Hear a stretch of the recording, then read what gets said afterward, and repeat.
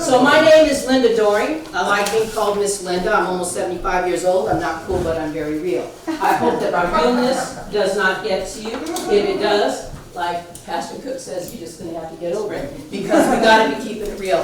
When I started speaking in the former Soviet Union, I lived there for 3 years. I know what communism is about directly from their mouths.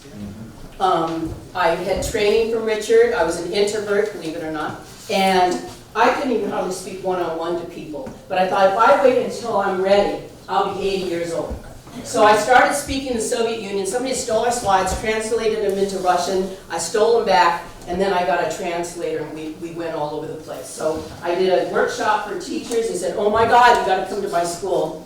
And some of the schools, one time I had 2 Russian soldiers pull up in front of my house, Kalashnikovs hanging from the Jeep. I says, kiss my butt, goodbye. Turned out they had adopted a school in the middle of the woods, because the team is in the middle of the woods, they speak no English.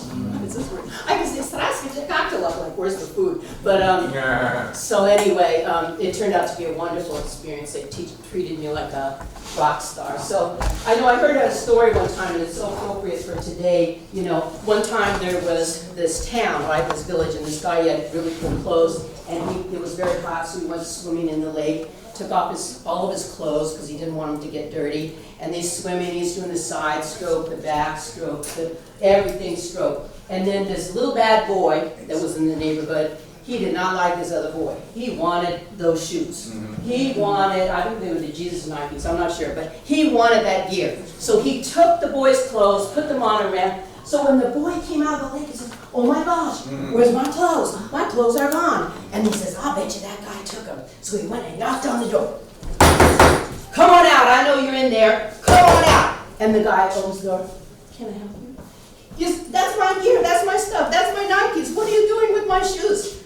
These are not your clothes. These are my clothes. And so they took it out in the street and they're fighting, and all the townspeople got around. It's my clothes, it's my clothes. You took my clothes. So we faced this dilemma. Are we going to be believing a lie in truth's clothing? By the way, the butt-naked boy's name was Truth. The one who stole it was Lie. It says, are you going to believe the lie in truth's clothing, or are you going to believe the butt-naked truth? So we have that decision to make every day. So when I speak with the kids, 6th grade through 12, now, I started speaking in Jersey City, and I used to say, I'm really not white, no, this is just a disguise. I felt very intimidated because I really love these kids, right? And I had to study hip-hop and rap, believe it or not. I had to develop their talk so when they would hear it, they would calm down. So I'm trying to speak very white now. But that was my homework, was studying hip-hop and rap, and it really, really worked. The kids would call me the sex lady, but not because I was promoting sex, but I was trying to save it. They just couldn't remember my name. And the little boys, I felt so honored they call me OG, which means old gangster. But anyway, we want to make an impact, make a change. We want to empower our youth to make healthy choices. If this was not having an impact with everybody I ever spoke to, believe me, I'd find another day job. I went from being the enemy of God into being heaven's warrior. That's how I feel every day. Sometimes because I was afraid, I was an introvert, and I'd be doing auditoriums of kids. Auditoriums of little rabble-rousers, you know, they want to do other things. And they would just be like church kids. They would just be amazing. And the most blessed thing that they would say to me, even after one session, was, when you coming back? I taught at Integrity House, and these are guys that are, you know, they're going through recovery and stuff. I always want to teach in prisons. This was the next best thing. And there was like 35 guys in there, and I'm doing my spiel. I went 3 times, just, you know, try it out. And the supervisor says, gentlemen, please give Miss Linda a great big hand. This is her last night. Well, they almost started to pick up the chairs and throw them. They said, you guys are boring. She's interesting. So they hired me, and I'd work 2 nights a week teaching the same thing and they would say, Miss Linda, if only I knew this when I was growing up, I wouldn't have the regrets that I have today. So, on a side note, every bad thing you ever hear about I did, except I never had an STD or a child out of marriage. And And they say you learn from your mistakes. And kids like to say, YOLO, YOLO, you only live once. But I say, our mistakes can kill us now. I think the wise person, we can learn from the mistakes of others. And I do tell GBTLQ, I really don't care. To me, you're a person. I treat people as people. It would hurt me to hurt you. And they really relax after that. So the kids always write these wonderful things. I'm telling you, sometimes I feel like a real loser. Oh man, I don't know if anybody understood anything. And then I'll read their evaluations. They're always without their names. So I said, you can say, Miss Linda, you're really my sex life. Get out of town. Just tell me what you think about the program. And they'll just say, this was eye-opening. Oh boy, I have to really think about what I'm doing. It's kind of amazing. And I do have copies of the school over there in Jersey City. An era of teen confusion, this was me as a teenager, told one thing, say the opposite, just do it, say no, wear a condom, practice safe sex. I asked the kids, what's safe sex? They say, wear a condom. I say, will condom protect your heart when that person dumps you for a better deal? No, it will not. So the kids are relieved. I had a 16-year-old, he was a cute little thug one. He had his white t-shirt, that means you're not a gang member, and his do-rag. And he stood up in the middle of the class so brave, and he said, Miss Linda, you mean I don't have to have sex? And I go, no, sir, you don't have to have sex. They think that they have to have sex. So basically, teenagers, how to guide them. As teenagers, they have a natural desire for greater independence. Many parents are confused how to guide. We don't really need to talk to our children about sex itself. That comes as a natural Q&A. What kids really need to know is about relationships. How to create lasting, loving relationships. That begins at such a young age. So the marketing of sex and alcohol and violence, I even saw with the Merchants of Cool, this Frontline documentary. A guy was standing in line, he wanted to audition, and the guy says, don't you ever think of doing some righteous rap or some really good, he says, I got that. And he started, they call it spit, he was doing his rap, and it was really cool, such healthy words, really empowering. They go, why don't you do that for the producer? He says, because they won't hire me. I got to curse and say this and that. So Teen Rebellion is just another product to be marketed and sold right back at them. The cultural traps routines, I mean, the kids are so tatted up now. It's just, I mean, I feel like they're starving for love, So low expectations, again, the saying is YOLO, YOLO. YOLO, Y-O-L-O, you only live once. That's their motto. And I go, yeah, you only live once, so be the best you can be. They sit a little straighter. Pregnancy, I had 7th grade girls in Jersey City school and me say, Miss Linda, if I had a baby, I could get WIC, I could get SNAP, I could get Section 8, things I've never heard of. And the schools will babysit for me. They think they're going to be rich if they have a baby. It's sad. And then what kind of mother is that going to be? Do you really care? And I said, who's going to take care of your baby? Well, my mother. Does your mother? No, she'll kill me. I say, if you have to lie and sneak around, what should that tell you about that behavior, right? And they start to think, we just speak common sense to them. We always feel everybody's got an original mind. This is what God gave us, right? We all have an original mind. We just speak to the original mind. It just makes sense. The impact, this is T.I. and this is, who. Youth with heavy exposure to rap music, and all these things I've seen for myself. 3 times more likely to hit a teacher, 2.5 times more likely to have been arrested, 2 times as likely to have multiple sex partners, 1.5 times more likely to have a new STD, use drugs and alcohol. Correlationship, you might say, is not causation, but it feeds into something. You can be angry, I'm going to be cool. If you confront a bear on the pathway, they're going to stand up and growl because they're afraid. So they want to look big and powerful. This is the thug mentality as well, is I want to look, because I don't have my daddy living at home. That's not just a color thing, black or white, doesn't matter. So the thug mentality, like, don't mess with me. I got my homies, I got this, right? So it's really feeding into that. Half of boys said they never really thought about what my life would be like if I got somebody pregnant as a teen. I ask teenagers this all the time. Almost none of them are thinking about it. They might have got scared a couple of times, but 4 out of 10 girls said they never really thought about what their life would be like. That's a little shocking to me. That's a little shocking to me, but it's true. The girls have only they know their mother will kill them. And I always feel like if your parents have given you a talk, don't have sex as a teenager until you get married, before you make that big decision, you're lying otherwise. Shouldn't you have this conversation with your parents? And if you're afraid to talk to them, I'm afraid to go through a stop sign. I'm afraid to drink and drive. I'm afraid at all, but is fear always a bad thing? I know sometimes the teachers would say, or even the kids would say, you're just trying to scare the kids not to have sex. So I asked them, how many of you think I'm trying to scare you not to have sex? Well, I tell you 3 or 4 hands will go up. I said, just go to the clinic, you'll be fine.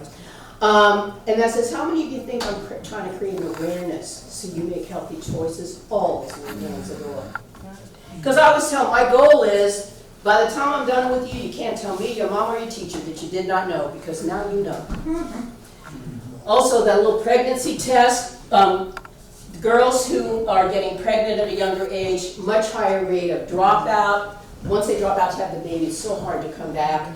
And then I had 2 7th graders that were pregnant in school. They had me come. The parents made them have an abortion. And then that year, the teenagers were trying to get pregnant again. 12 years old. Yeah. So the girls have a 90% chance of getting their diploma if they're not in that situation. So how many of you want to raise your children in poverty? You might say, what's poverty? Poverty is, Daddy, I'm hungry. Shut up, son, so am I. That's poverty. Just because you don't have your sneakers doesn't mean you're poor. So one good thing about poverty is primarily bad choices. You want to avoid poverty? Graduate from high school. I hated every day of high school. I was one of those people who complained about everything about me except the air I breathed. Probably because I was free. But anyway, only one thing that kept me in school. I thought, I don't want to come back at 23 years old because I find out I need a diploma. And I'll tell the kids, I ran a corporation one time.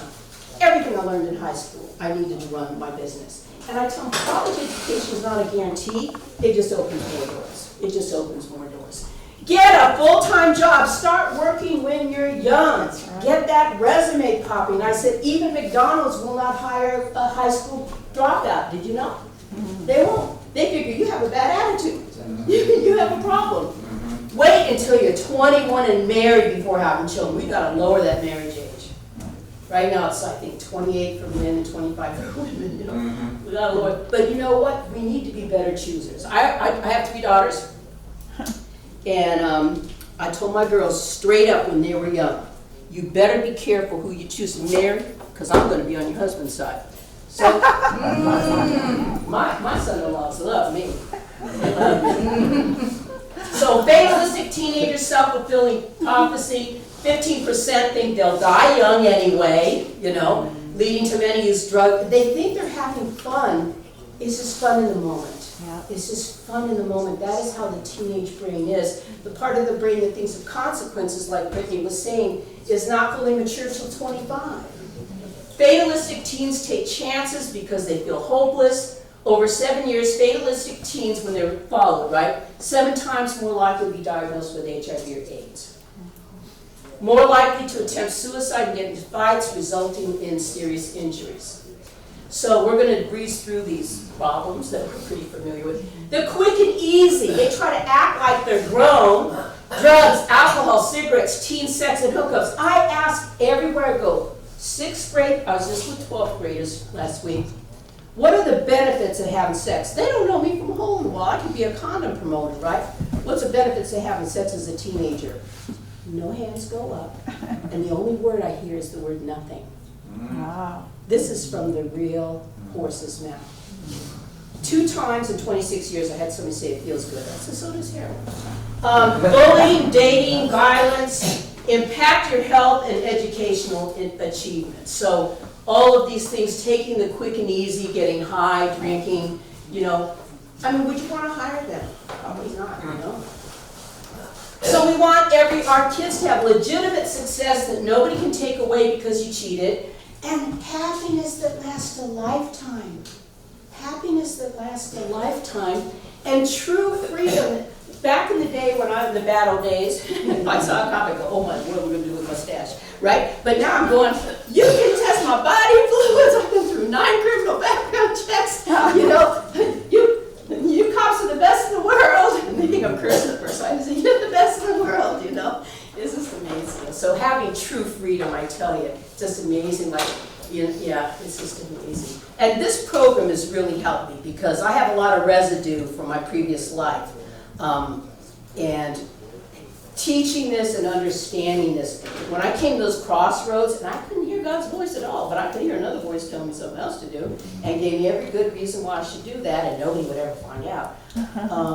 My program helped us. So sometimes we need that balance, right? So youth assets are often ignored. 83% of youth and young adults, 13 to 24, said they'd rather be their own person than fit with their peers. It can be taken two ways. But still, it's nice. They don't want to just become, in that box. 90% said that there's things you can do to make yourself happier. We talk about coping skills and stuff like this.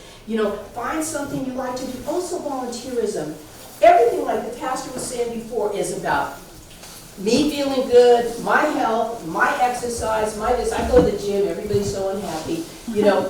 How about smiling at somebody and say, "How's your day? Have a good day." If I let somebody walk in front of me, I roll down my window, I say, "Have a great day." I'm so happy. I had these two boys at Patterson. They were trying to cross the street because it was raining. They had their jacket above them. It's a busy street, Broadway. And I flash my lights, go, and then I roll down my window and says, you men have a great day. And they say, "You too, ma'am." I tell you, it just sent a warm thrill. 86% said there's a total difference between being happy in the moment and being happy over the long term. Huge. I have these boys, because they're very real in my class. Miss Linda, sometimes I'm thinking about that person day and night. I just cannot wait to kick it. That means have sexual intercourse. But then once we have sex, I'm done. One and done. It's over. And so that's a really good lead on to these kind of things. And they experience this, but until we come, they can't put this into order. It's just a lot of feelings and thoughts. So teen sex, does it really make you happy? 13 to 17-year-olds said being sexually active led to less happiness. 18 to 24-year-olds said sex might lead to happiness in the moment, but not in general. And this was an interview. It was surprising because it was by MTV, but they did it very scientifically, almost 1,300 youth, 13 to 17 years old, and 18 to 24-year-olds. So that was really mind-shattering. Strong pro-marriage beliefs. I do find they are losing hope a little bit, mostly because of us adults. But 91% of youth, young adults aged 13 to 24, said marriage would make me happy. I always give a disclaimer, you have to be a better chooser. Do you like doing things together? What kind of compatibility do you have together beyond just emotional feelings? If all the sex drive was taken away, how would you get along? Is it something you want to be shoulder to shoulder with somebody through life's trials and tribulations? Or just two people looking at each other's body, right? So strong pro-marriage beliefs of youth, 92% said they definitely or probably wanted to get married. 94% said they would like to be married for life. Either probably or definitely. 64 said definitely. 64% said definitely. So it's nice that we should encourage that. Nobody's talking about it. Youth engaging in early sex are more likely to become pregnant. The younger we start having sex, the more likely we are to get pregnant. The younger we start dating, the more likely we are to have sex at a young age. More likely to experience an STD. 10,000 teenagers a day get an STD. I had a brainiac. She said, Miss Lynn, I Googled it. There's 42 million teenagers in America. 10,000 a day isn't much. My jaw dropped. I don't know what to say. The next day I went on the chalkboard. 10,000 teens times 365 days is 3,865,000 a year. Is that a lot to you? Because I could see she was influencing the people around her, and it blew her mind. More concurrent lifetime partners, lower educational achievement, they're very attainment, they're very distracted, less likely to use contraception. Even everything's like kind of a sex drive. So instead of sex drive just focused here, sex drive here, make that drive, that motivation, a passion to learning. To learn how to fix a car, your teaching degree. It's the same energy, but use it for something useful.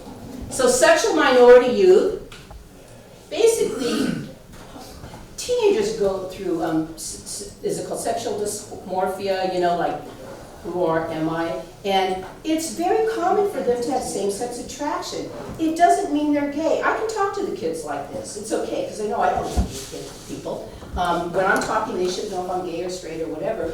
But it's natural of same-sex attraction, but that doesn't mean you're supposed to have sex with them. That's right. You know, it's like up here, you know, I love my best friend, you know, I would do anything to protect my best friend, right? My BFF, my best friend forever, right? But because we live in such a sexualized society, it's a problem. More likely to have had sex, less likely to use a condom, that's why you call it barebacking. More likely to have 4 or more sexual partners, more likely to use illicit drugs and opioids. Sexual delay is an important protective factor.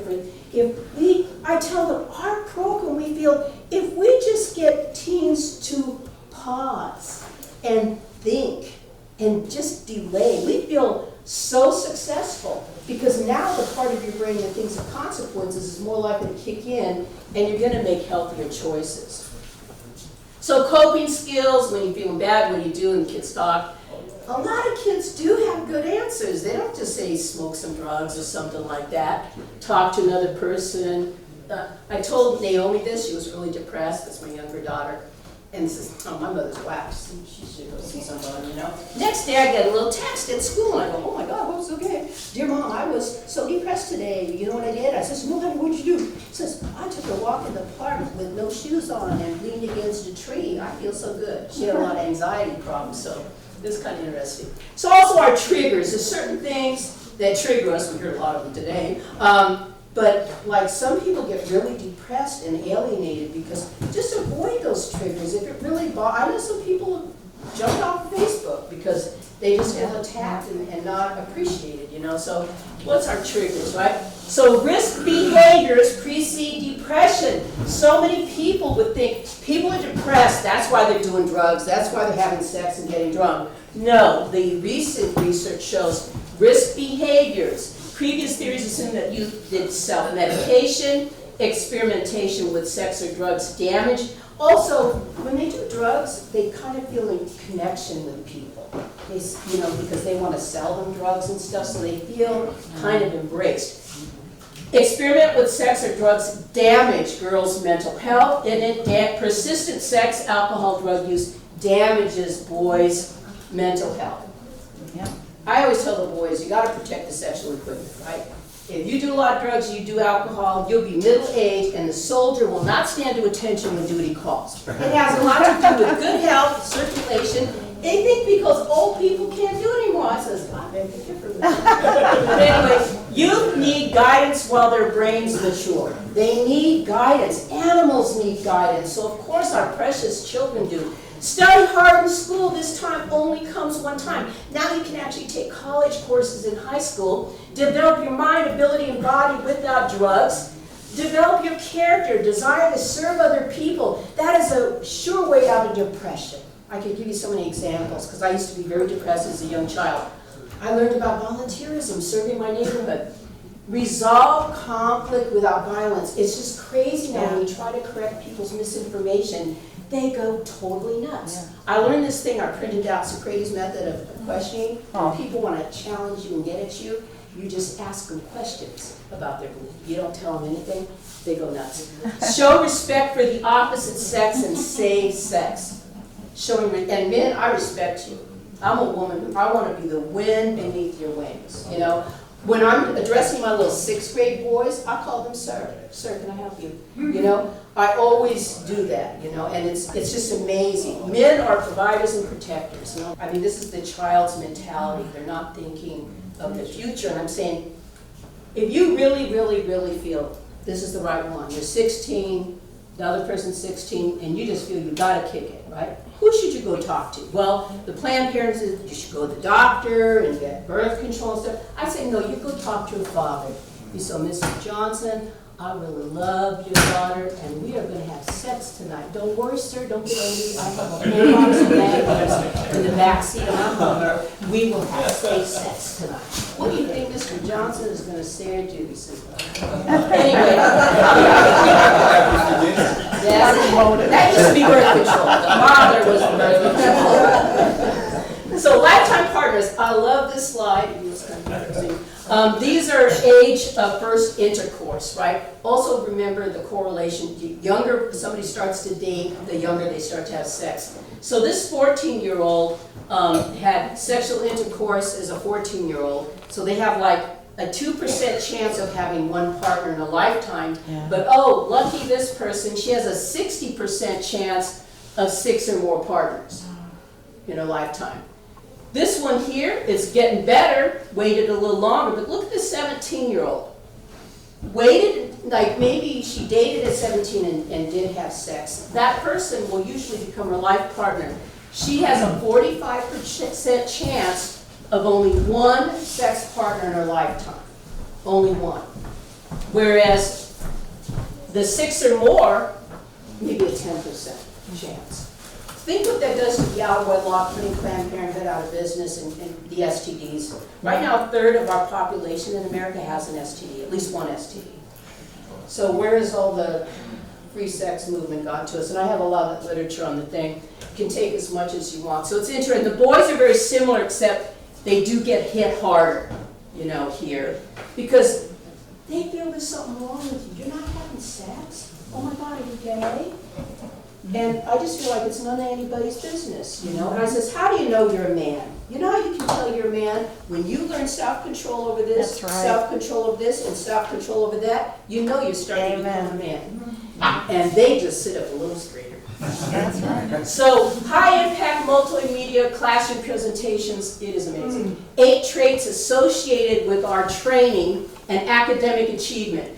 Good future orientation, delayed gratification, perseverance. These are things associated through our pre and post surveys. Understanding that current behaviors affect their future. They think they can just have fun with no consequences. Impulse control. Just because you feel something doesn't mean you have to do it. Independence from peer pressure. You don't have, like we have a refusal skill. What's the matter, aren't you a man? And I'll have a littler boy say, having sex will prove my manhood, get on my face. And they get so assertive. It's just very interesting. Respect for parents and social values. I say, give your parents a break. And when I got the little girls with a hijab, I says, listen to your parents, don't listen to your friends. And a sense of self-worth and dignity. You're not going to give me dignity and self-worth. You know how I get self-worth? Because I used to really feel, I believed all the bad things people said. I give worth to other people. I'm good to other people. I serve other people. That's where I get my value. So what about you? 6 out of 10 teenagers have never had sex. Do you find that shocking? We usually do a survey. Most teenagers in America have never had sex. How many think that's true? No hands up. How many think that's false? Most teenagers have never had sex. And that started changing in March 2010. Because he switched the slide on me. I go, oh my gosh, it changed. 6 out of 10. So it's and this is a youth risk behavior. It has nothing to do with absence, but they do the tracking with these teenagers. So, because the kids are thinking, I'm the last virgin on the planet, right? So our conclusion, we're not done yet. Timer, okay, I've got 7 minutes. Needs sound design and risk avoidance education, not a partial risk reduction that just normalizes behavior. Our primary goal and message should not be to make risky behavior safer, but to help teens avoid those behaviors to begin with. Teens are still in development, and they need parents and mentors to guide them. So, do I get 35 minutes, 40 minutes? Why don't you wrap it up in a few minutes? So already had sex. We do talk about secondary virginity. I became a secondary virgin at 25.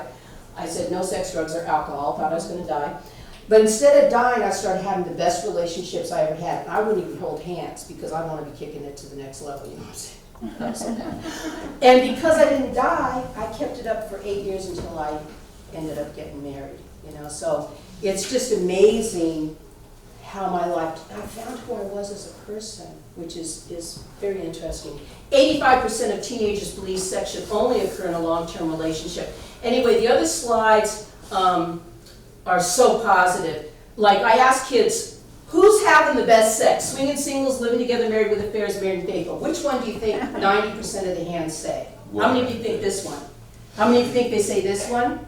How many think they say this one? How many think they say this one? Over 90% of the kids answer this one. Blows my mind. Wow. They have no frame of reference like we do. They not only have the best sex, they have the most. I testify. But anyway, this is the last slide. So we've made the Love Smarts Pledge, and these are some of our interns that work with our clubs. Abstainers are more likely to graduate from high school and college, and they make, it's proven, more money over their lifetime because they've learned those other skills that are important in the workplace. This young man reminds me of R. Kelly, and he was such a player. We kicked him out of the club 3 times. He was trying to date our girls, you know? And then I said, oh, you're here. We're in the Poconos meeting. He says, yeah, Miss Lynn, I'm here. And I says, how you doing? He says, well, I'm in college. And I says, well, how's your love life? He said, don't even go there, Miss Linda. He says, I'm still a secondary virgin. I don't even date. And he's in college, right? He's 23. Unless I think it's possible marriage material. I won't even date unless it's possible marriage material. So I got it. He can change, anybody can change. So basically, this is like our parents' presentation. It's half, not even quite half of it, that we give to parents because we really want them to get empowered. For our kids, we have like, you know, so many different programs we give to them. They do need to understand about the STDs because they are at risk, but also emotional health and relationship education. So we delve into all of these. There's a lot of Q&A back. They get to kick it until they own it, you know. And it's just sad that that's the only thing they'll ever see. And we did pre and post surveys. It was funny because the post survey a year later was better results than even the post survey immediately following the program, which is amazing. So they maybe talked with each other and people say, yeah, that's a good idea. You know, so any questions? Yes? What about masturbation? Ask me something very clear. It's my favorite subject. Well, we do a whole thing on pornography. Yes. When a boy, typically a boy, girls do too, but it's kind of different.